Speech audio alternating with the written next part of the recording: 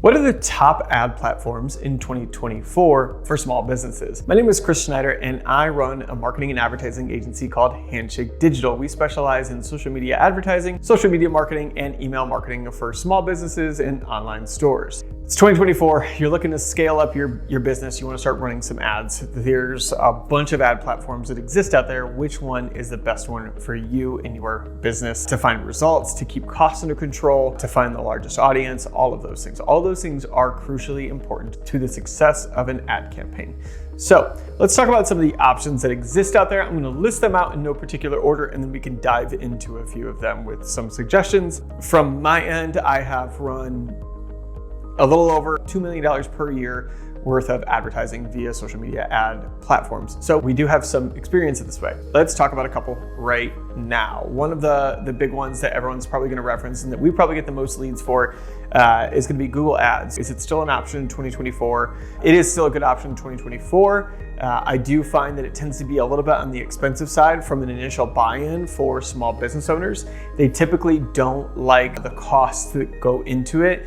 They feel like it's a little bit difficult, and many small business owners, and I am one of them, you can get a little impatient with like, oh man, I need some returns here. And that's a bad position to be in when you start your advertising journey on social media ads. Google Ads is a terrific way to attract new customers and new business over to your business, but you have to really understand who your target audience is and target demographic is for that scenario. Next up is going to be Facebook ads. Facebook ads or Instagram ads or meta ads, however you want to describe them, in 2024 are actually my favorite. I still think that there's a massive audience out there, even though maybe the demographic of Facebook is older, maybe it's more in the 45 and older space. But when you're running ads on Facebook, you're also running ads on Instagram and their audience network as well.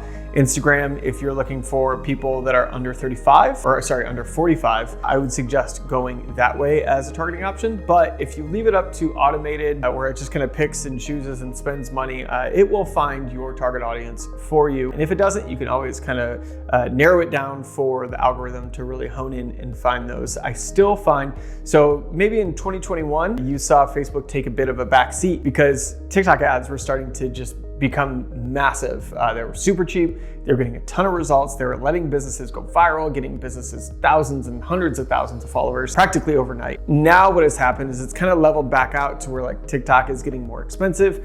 Obviously, this is early 2024. There's again another potential for a TikTok ban. I'm not going to comment on that about whether there should be or shouldn't be, but when you're exploring ad platforms, it is something to take into consideration. Last time when there were talks of this, the ad platform side of things certainly took a bit of a hit.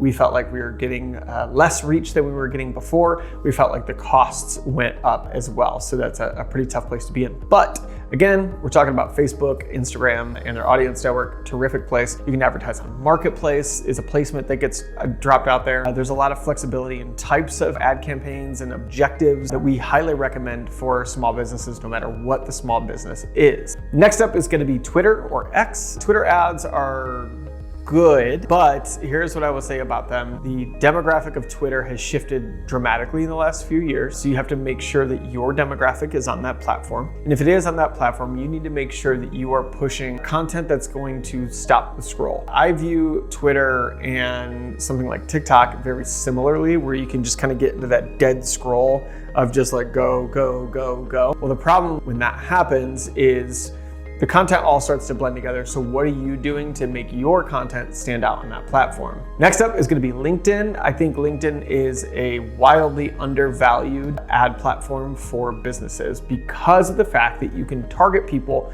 based on job title, based on seniority, based on years in a position or industries that they work in. So if your business needs to attract the eyes of anyone that works at a business, right, then this is a terrific opportunity. For instance, I'm looking across the street from my office here and I see a flower shop. And if I were a flower shop, I very well could say that, hey, maybe some of these other businesses are around here and need some flowers. Again, I would have probably done this ahead of like Valentine's Day. I would have started targeting some of these businesses to say like, hey, do you need flowers for Valentine's Day? Do your employees need to order some flowers for Valentine's Day? I know it might sound weird, but like I'm also looking at, a dozen other buildings that are around here full of businesses, and there's one flower shop down here. And I think that is a terrific way to say like, hey, I'm looking for someone very specific, and LinkedIn lets you get super, super specific with it. And I think it's extremely underrated in terms of its power and capabilities as an ad platform. Next up, and we already touched a little bit on it, is gonna be TikTok. As much as I love TikTok, I am a TikTok user. I've used it for many years. I think it was like a lot of people, it was a pandemic thing, like you're just bored, so let's make some kind of, cheesy, corny content. I've had the luxury, if you would, of going viral once or twice. It's fantastic for that. It's such a good opportunity for businesses on the organic side. The problem with the paid side is I find that most small businesses can't keep up with the video demand or the creative demand that goes into ads on TikTok. TikTok Ad Center or TikTok Business Center has this, mantra or this tagline that says, don't make ads, make TikToks. And so their goal is for their ads to feel very natural to their platform. And the best ads on TikTok do feel natural to the platform. The problem is rising ad costs. All of the ad costs on that platform have risen dramatically. Now you can combat that with some updated creative, start rolling out new creative. But I had a client that was looking to scale up his business, and he was estimating, when we would talk with TikTok reps, there was an estimation that he was gonna have to replace his ad creative every single week. And we're talking 10 pieces of creative every single week. So now you have this commitment of like, I have to create a lot for this platform to be able to work for me.